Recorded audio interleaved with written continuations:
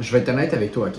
Tout ce que tu vois présentement passer sur les réseaux sociaux puis en ligne par rapport aux agences IA, aux automatisations, puis même à tout type de service de business en ligne, c'est probablement faux ou du moins expiré. Puis pourquoi je dis ça? C'est simple, c'est que les gens ils donnent des stratégies de 2021-2022 qui maintenant ne fonctionnent plus parce que la business a changé. Ils parlent de marketing en surface, ils parlent jamais de système, ils parlent jamais de positionnement clair, de messaging, puis ils parlent encore moins de comment l'intelligence artificielle peut t'aider toi à l'interne à grossir ta business puis lancer ta business en ligne. Tout ça pour dire qu'ils donnent des informations de base, mais qui ne te permettent jamais de toi maîtriser à 100% de ta business en ligne puis d'aller chercher les 10 000 et plus par mois de façon constante. Puis c'est exactement le but de cette vidéo-là aujourd'hui. Après plus de 2 ans que j'ai lancé mon agence IA, que j'ai accompagné des dizaines d'entreprises, puis que j'ai même commencé à accompagner des élèves à eux-mêmes lancer leur agence IA, j'ai remarqué qu'il y a vraiment 4 piliers précis qui séparent les gens qui atteignent le 10 000 et plus par mois de 3 à 6 mois, puis ceux qui l'atteignent jamais. C'est super important de les comprendre parce que s'il y en a un de ceux-là que tu ne maîtrises pas, ça peut diminuer drastiquement tes chances de réussite. Donc aujourd'hui, je vais te présenter 4 piliers qui sont fondamentaux à maîtriser pour lancer ton agence IA, puis reste jusqu'à la fin parce que le troisième pilier, c'est souvent lui que personne ne parle, mais c'est souvent lui qui fait la différence entre signer des clients rapidement ou rester pris à zéro. Le premier pilier, si tu me suis depuis un certain temps, je pense que tu le sais déjà, c'est de choisir le bon marché puis une bonne niche. Je le dis et je le répète parce que c'est hyper important. Okay? C'est la base fondamentale de ta business. Si tu fais une mauvaise erreur, choisis une mauvaise niche ou un mauvais marché, tu vas perdre des mois, des années puis des centaines de milliers de dollars que tu vas laisser sur la table dû à cette erreur-là. Parce que le but, c'est pas de créer une nouvelle demande ou de venir éduquer un marché qui n'est pas prêt à accepter les services que tu offres. Tu veux te positionner dans un marché qui a déjà une demande existante pour que ton acquisition soit beaucoup plus simple, mais surtout pour que tu puisses scaler ta business beaucoup plus rapidement. Puis là, tu vas me dire, ouais, mais Antoine, comment j'ai choisi une bonne niche? Puis ça, c'est super simple. Il y a 4 critères sur lesquels tu dois t'appuyer. Premièrement, est-ce que le marché est en expansion? Tu veux une industrie qui est en croissance. Tu veux une industrie que tu as au moins plus de 1000 chances d'aller contacter des entrepreneurs. En bas de ça, tu n'as pas assez de volume. Puis c'est aussi une game de volume, veux pas. S'il y a 100 entreprises au Québec dans lesquelles tu peux aller reach dans ton industrie, oublie ça. Sur 100 entrepreneurs, combien vont te dire oui au final? Même si tu signes 2, 3, 4, 5, 10 clients, après ça, oh fuck, t'es bloqué. Il te faut une niche qui a du volume, qui est en expansion. Simple. Deuxième critère, c'est que tu veux travailler avec des entreprises qui ont du capital, qui ont du cash, right? Idéalement, tu veux travailler avec des entreprises qui font au moins du 10 000 et plus par mois. C'est normal, puis c'est des mathématiques. Tu ne vas pas vendre des services à 2 000, 3 000, 10 000 et plus à des entreprises qui vendent des croissants à 4 $. Tu me suis? Ça fait pas de sens. Le troisième critère, c'est que tu veux pouvoir les contacter facilement. Okay? Tu veux choisir une niche que tu peux contacter rapidement et facilement par email, téléphone, LinkedIn, Instagram, Facebook, YouTube, name it. Mais tu veux pas travailler avec des multinationales puis des hyper grosses entreprises comme exemple Air Canada qui font pas de sens. Tu vas jamais être capable de les reach. Fait que déjà ça, des multinationales, tu peux oublier ça. Tu veux des entreprises qui sont faciles à contacter. Puis le quatrième critère, c'est que ta niche doit avoir des problèmes qui sont réglables avec des services en ligne. Puis ça, c'est une bonne nouvelle parce que 95% des entreprises ont des problèmes que tu peux venir régler avec ton agence IA.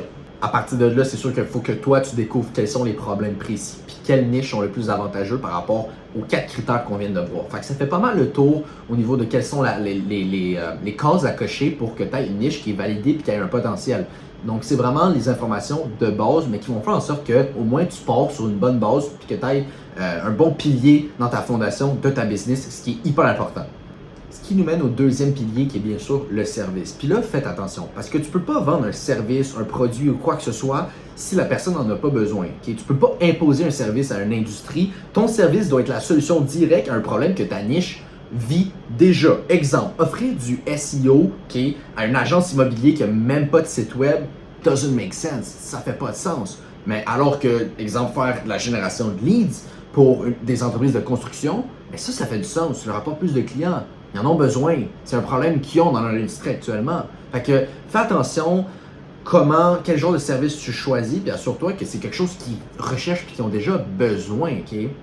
Puis tu peux même te poser cette question-là simple. Dans un monde idéal, quel genre de résultat cette entreprise-là, cette industrie-là aimerait avoir, aimerait atteindre?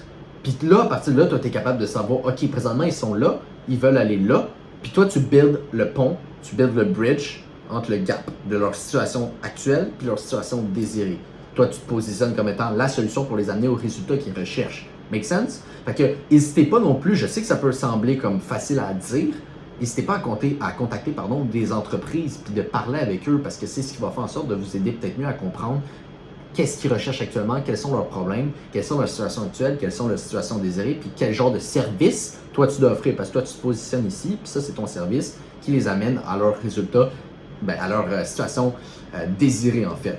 Fait que n'hésitez pas à entrer en contact avec des entreprises. C'est vraiment ça aussi qui va vous permettre peut-être de mieux comprendre quel genre de service vous pouvez offrir. Parce que je sais que dit de même, si vous n'avez jamais parlé à une entreprise, puis que je vous demande quel genre de service telle industrie recherche en immobilier, puis que tu n'as jamais parlé, tu connais rien en immobilier, ben c'est pas évident pour toi. Fait que ça, c'est un autre point aussi que quand tu choisis ta niche, si tu es capable d'avoir une niche qui coche toutes les cases, puis qu'en plus tu as des connaissances dans cette niche-là, ben tu as en plus un avantage au niveau du choix de ta niche. Right?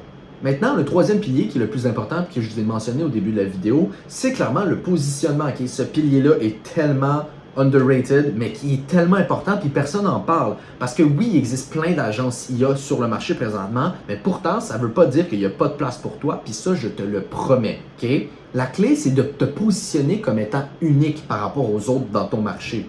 Pourquoi? La raison est simple, parce que ce qui est nouveau et différent des autres attire naturellement l'attention vers toi et tes services. Ton positionnement unique peut venir de différents points. Ça peut venir de ton offre, ça peut venir de la façon que tu livres ton service, ça peut venir de la façon que tu charges pour tes services, ça peut venir de toi, ta personne en tant que telle. Bref, il y a plein de points sur lesquels tu peux te différencier des autres, puis te positionner comme étant unique sur le marché, puis attirer l'attention parce que toi, tu es unique et tu es différent des autres.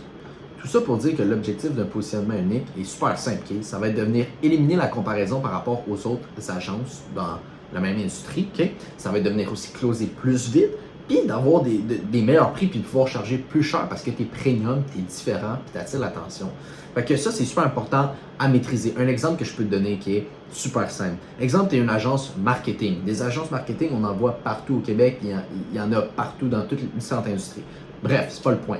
Le point étant qu'il y a des agences marketing qui vont se présenter comme étant je suis une agence marketing qui crée du contenu pour les entreprises de construction. Okay? Ça, c'est leur positionnement, exemple. Super simple. Ils sonnent comme toutes les autres 1001 agences marketing du Québec. Alors que tu as l'autre gars qui, lui, dit on est une agence de création de contenu short form pour les entreprises de construction. Ou tu comprends-tu? On est une agence de contenu spécialisée dans la création de contenu courte durée pour attirer l'attention dans les entreprises de construction. Genre, juste ça, je me positionne un peu différemment dans mon messaging. Puis ça, c'est juste la façon que je le dis. Je peux me positionner différemment après ça dans mon offre, dans mes garanties de résultats, dans ma façon de livrer mon service. Bref, il y a mille et une façons après ça que tu peux venir te différencier puis te peaufiner pour avoir un positionnement unique. J'espère que ça vous a aidé un peu à vous éclaircir. Mais bref, on passe au quatrième pilier, qui est bien sûr l'offre. Donc, l'offre, c'est crucial. Ton service, c'est pas ton offre. Okay? Ton service, c'est le véhicule qui rend leur situation idéale à la situation désirée. Puis ton offre, c'est la promesse de résultat que tu offres à ton client. Fait qu'une bonne offre, ça contient toujours 3 éléments. Okay? Premièrement, les résultats que tu promets. Deuxièmement, en combien de temps tu promets ces résultats-là. Puis quatrièmement, est-ce qu'il y a des risques?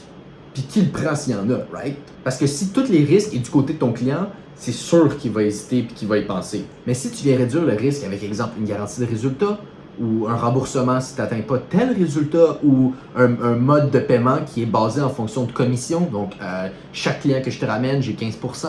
Il y a différentes façons de faire en sorte de venir réduire le risque du côté de ton client pour le mettre plus à l'aise puis lui donner confiance envers ton service.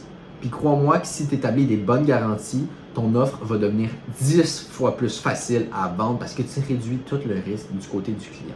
Donc bref, voilà, ça fait pas mal le tour sur les 4 piliers fondamentaux afin de bâtir ton agence puis atteindre le 10 000 et plus par mois constant. Fait que si un seul de ces piliers-là est mal exécuté, il faut que tu comprennes que ça affecte toute ta business. Okay? Ce qui pourrait te prendre 3 mois va peut-être en prendre 2 ans parce que tu as un problème dans un de ces 4 piliers-là qui est super important à maîtriser puis à venir réparer si tu as un problème dans un de ces piliers-là actuellement. Maintenant, tu as les fondations sur ces 4 piliers-là, mais n'oublie pas que sans action, il n'y a rien qui arrive. Tu as beau avoir toutes les informations du monde, puis tu as beau avoir le plan parfait pour réussir de A à Z, si tu ne mets aucune action en place pour y arriver, tu n'y arriveras pas. Ça fait du sens. Malheureusement, c'est comme ça que la vie fonctionne. Donc voilà, ça fait pas mal le tour pour cette petite vidéo d'aujourd'hui. J'espère que vous avez apprécié et que ça vous a aidé à mieux comprendre les 4 piliers fondamentaux à maîtriser pour grossir ton agence puis atteindre les 10 000 et plus par mois constant avec tes services IA. Si vous avez des questions, des commentaires, quoi que ce soit, idées de sujets pour des prochaines vidéos, mettez-moi tout ça en commentaire. Ça me fait plaisir de faire des vidéos là-dessus. J'espère que vous avez apprécié. Passez une bonne fin de journée ou un bon matin ou peu importe où vous êtes dans le monde. Sur ce, ciao, bye guys.